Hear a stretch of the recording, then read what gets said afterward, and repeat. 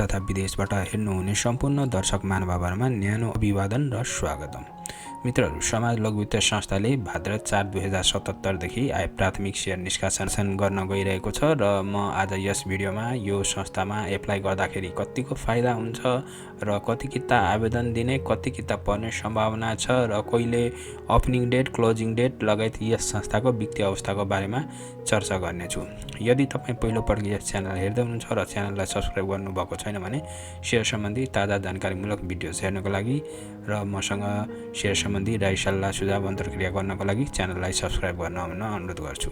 मित्रहरू, समाज लघुवित्त संस्था लिमिटेडले 86,000 किता प्राथमिक शेयर निष्कासन गर्न गइरहेको छ र यो भाद्र 4 मा यसको ओपनिङ डेट रहेको छ भने यसको क्लोजिङ डेट भाद्र 8 2077 रहेको छ। यदि यो सब्स्क्राइब भएन भने भाद्र 18 2077 सम्म यसको म्याद थप हुनेछ, तर यसको एक्सटेन्सन हुने सम्भावना कम छ साथीहरू, किनभने आइपिओ साइज कम छ र लघुवित्तको आइपिओमा आवेदकको संख्या एकदमै धेरै हुन्छ। अब यो कम्पनीको वित्तीय अवस्थाको बारेमा जानकारी लिउँ साथीहरू। कम्पनीको प्रति शेयर आम्दानी नेगेटिभमा रहेको छ, 3.40 नेगेटिभ छ साथीहरू। प्रति शेयर नेटवर्थ 19.85, सञ्चित मुनाफा पनि नेगेटिभ रहेको छ 464 र यो हजारमा रहेको छ। त्यसैगरी चुक्ता पुँजी रहेको छ 5,700 हजारमा, झगडा कोष 464 हजारमा र शेयर संख्या 57,000, प्रति शेयर नेटवर्थ 19.85, प्रति शेयर चुक्ता पुँजी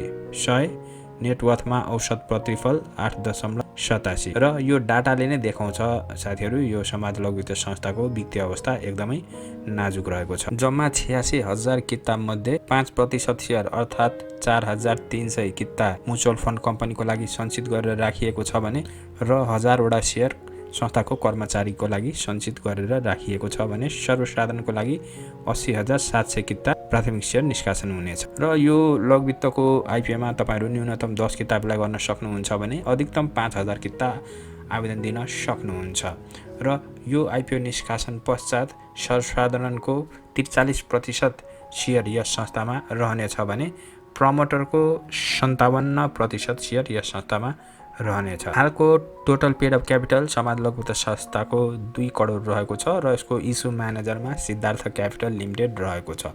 यसलाई केयर रेटिङ नेपालले केयर NPB+ रेटिङ प्रदान गरेको छ, जुन चाहिँ एकदमै उच्च जोखिममा छ भनेर देखाउँछ।